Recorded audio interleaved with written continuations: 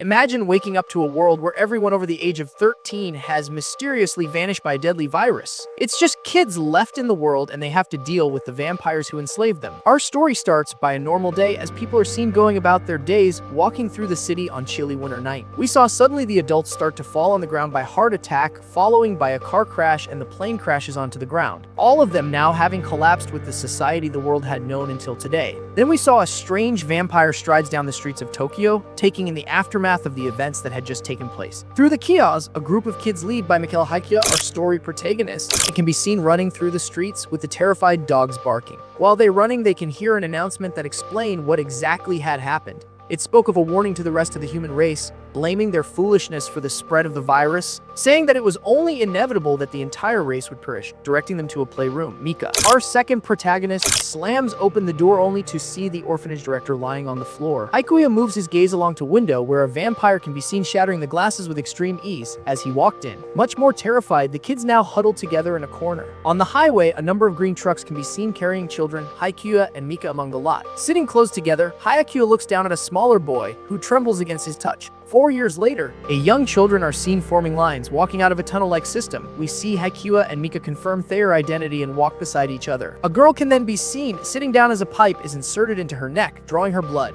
Yeah, vampire things. Haikuya, looking weak, walks with his arm around Mika, who sits on the stairs drinking from a bag.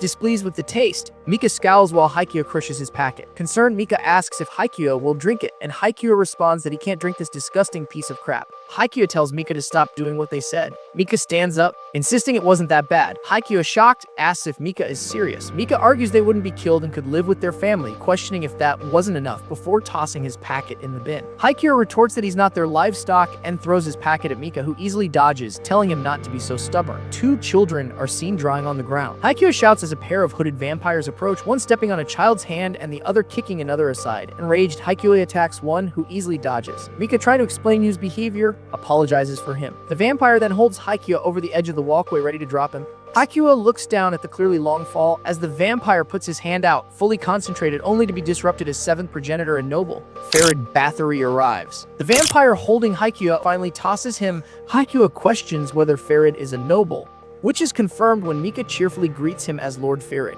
Farid asks Mika if everything is okay, to which Mika responds that it's just family trouble. Farid offers an invitation to his mansion and Mika eagerly agrees. Farid compliments Mika's blood and asks Haikuya if he will join them. Mika cuts the former off by saying he's too shy and maybe he could tag along next time. Walking side by side, Haikuya turns to Mika and asks if he knew Farid. Mika indirectly replies, questioning the importance of the connection, and mentions that if he offered his blood to the noble, he'd provide whatever he wanted, including good food and survival tips, and they have to use their heads and be smart. Haikuya playfully punches Mika in the face and walks away. As the day turned to dusk, Kane finds Haikuya lying down, poting on a rooftop. Carefully walking down the roof and takes a seat to him, she asks Haikuya why he was upset. He told her to be quiet and not come near him, to which Kane responded by moving closer and asking him why not, stating that they were a big family after all. In retaliation, Haikuya told Kane that he didn't have a family. Haikuya recalls the flashback when he was introduced as a new family member to the orphans. Mika was the first to welcome him, but Haikuya dismissed the idea of family as stupid. Mika, sharing that he was once alone too. Haikuya coldly rejected the notion, revealing his tragic past. His father tried to kill him and his mother called him a demon before taking her own life, leaving him in the orphanage. As Haikuya grew frustrated, Mika extended his hand, acknowledging Haikuya's pain and assuring him that, from now on, they were his new family. As bells ring in the background, Haikuya snaps back into reality. Akane telling him everyone was waiting for Haikuya to eat dinner. He comes in, and Akane is preparing curry for all of them. The children are all so excited that they began saying it's their birthday.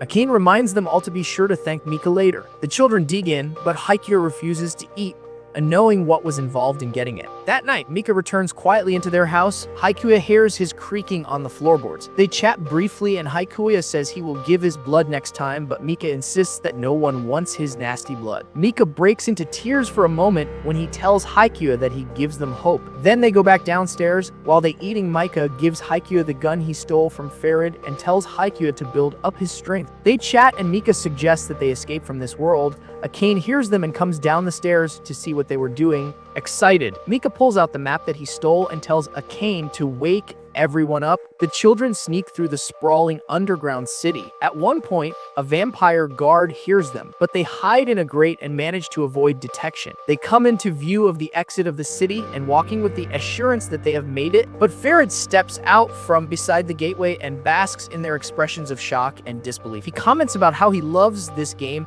and then proceeds to slaughter the children one by one with no mercy. It's a tragedy in every sense of the word. Akane is murdered too, leaving only Haikyuu and Mika alive. Mika takes the gun back and charges at Farid, who pierces Mika through the chest with his hand. Mika raises the gun at Farid, but Farid slices off Mika's arm. Mika tells Haikyuu to run, but Haikyuu catches the gun and shoots Farid in the head. Haikyuu cries as Mika falls to the ground. Pulling Mika to him, he tries to drag Mika to the exit but falls. Mika pushes him away, not wanting them all to die as other vampires have arrived. Crying and covered in Mika's blood, Haikyuu races and stumbles as he escapes the underground. It is night as he runs outside into the snow, but he can see a ruined human city before him.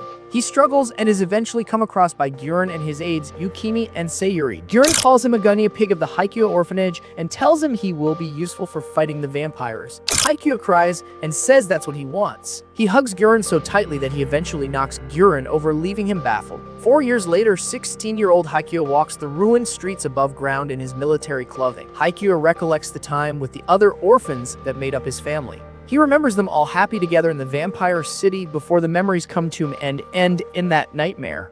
It has been 4 years since he fled Sanguinum, and at 16 in a ruined human city, Haikyuu fights a horseman of John as it breaks through a billboard to attack his two comrades. They order him to retreat, but he disobeys the commands, which apparently he has done many times. Haikyuu claims that he only lives for revenge against vampires, so he fights and kills the monster.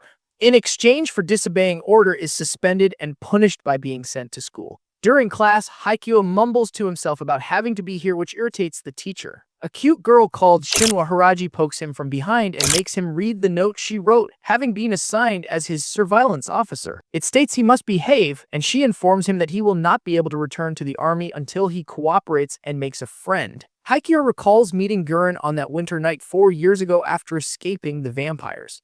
Guren asked him if he hates vampires and took off his coat and placed it on Haikyuu. In the present, Haikyuu wonders why Guren has not let him kill any vampires yet. After class ends, some students leave to get ice cream. Shinwa tells Haikyuu that this was his chance to try and make friends. When Haikyuu argues about his orders again, she gives him a note written by Guren. Annoyed, he crushes it and throws it on the floor. She follows him to his locker. Haikyuu asks when she will stop following him, but she insists that she would keep it up and report any behavior that may extend his suspension. Then we saw a weak boy called Yoichi Satomi gets pushed down near the lockers. The bully insists that Yoichi buy snacks for him since he wants to be his friend. Haikyuu keeps walking but then turns around. He tells Yamanaka to lay off, which draws him and his friend's attention from Yoichi to himself. Shinwa informs him that beating up any civilians will extend his suspension from the army.